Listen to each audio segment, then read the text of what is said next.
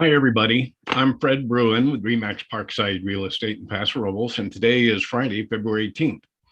I'd like to share with you four simple graphs showing why this is not a housing bubble. Houses are not unaffordable like they were during the housing boom.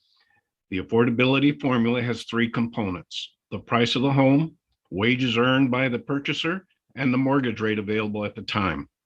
Conventional lending standards say a purchaser should not spend more than 28% of their gross income on their mortgage payment. 15 years ago, prices were high, wages were low, and mortgage rates were over 6%. Today, prices are still high. Wages, however, have increased, and the mortgage rate, even after the recent spike, is still well below 6%. That means the average purchaser today pays less of their monthly income toward their mortgage payment than they did back then. In the latest affordability report by Adam Data, Chief Product Officer Todd Tita addresses that exact point. The average wage earners can still afford the typical home across the United States, but the financial comfort zone continues shrinking as home prices keep soaring and mortgage rates tick upward. Affordability isn't as strong as it was last year, but it's much better than it was during the boom. And this chart shows us the normal lending standard: 28% of the monthly gross income should be dedicated to your monthly mortgage, up to that 28%. Back during the housing boom, 2007, households were spending an average of 34.1% of their gross monthly income on their monthly mortgage payment. Today, we're at 25.8% of gross monthly income dedicated to the monthly mortgage payment. Last year, it was under 25%. So we are starting to see that affordability wane a bit. Mortgage standards were much more relaxed during the boom. During the housing bubble, it was much easier to get a mortgage than it is today.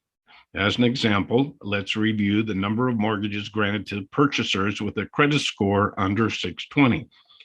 According to credit.org, a credit score between 550 and 619 is considered poor.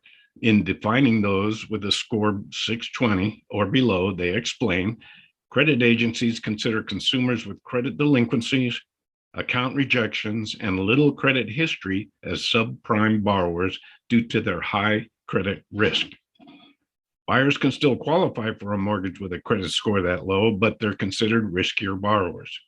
This graph is showing the mortgage volume issued to purchasers with a credit score less than 620 during the housing boom and the subsequent volume in the 14 years since. And this clearly indicates that during the housing boom, many more mortgages were granted to subprime 620 or lower type credit score borrowers. And then in more recent times, the mortgages granted to much stronger buyers.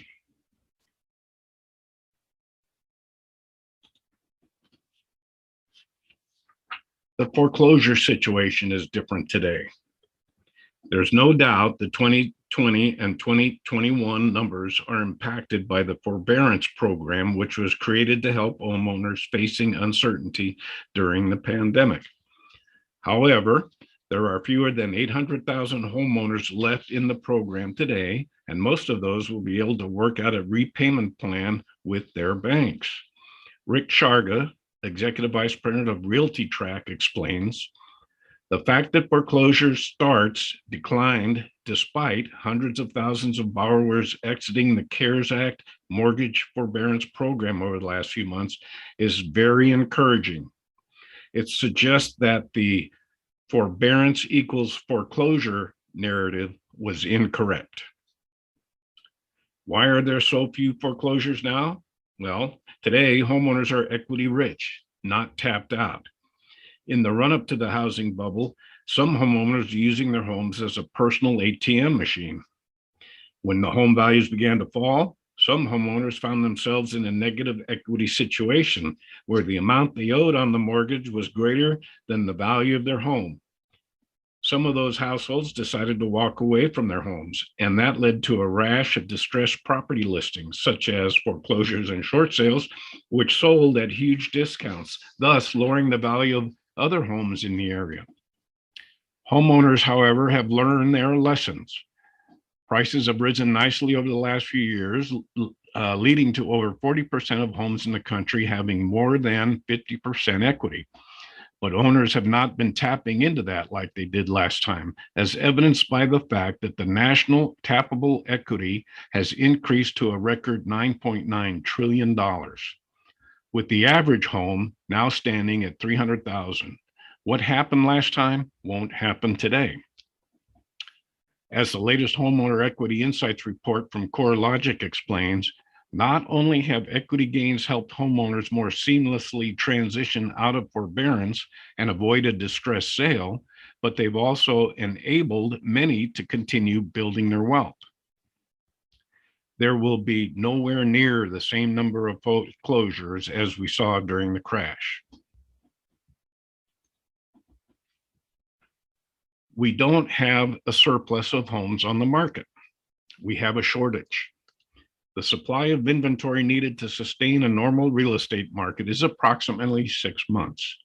Anything more than that is an overabundance and will cause prices to depreciate. Anything less than that is a shortage and will lead to continued price appreciation. As this graph shows, there were too many homes on the market from 2007 to 2010, many of which were short sales and foreclosures, and that caused prices to tumble. Today, there's a shortage of inventory, which is causing the acceleration of home values to continue. And this is very true. We are a record low number of inventory or homes on the market, only 1.8 months of supply out there today, compared to these high numbers, 9.6 months of inventory back in 2007. So the bottom line, if you're worried that we're making the same mistakes that led to the housing crash of 2008, the previous graph showed data and insights that should help alleviate your concerns. Please feel free to call, text, or email me with any questions or for more information. I appreciate you watching. If you like this information and would like to see more, please subscribe, and then we'll see you next time. Thank you.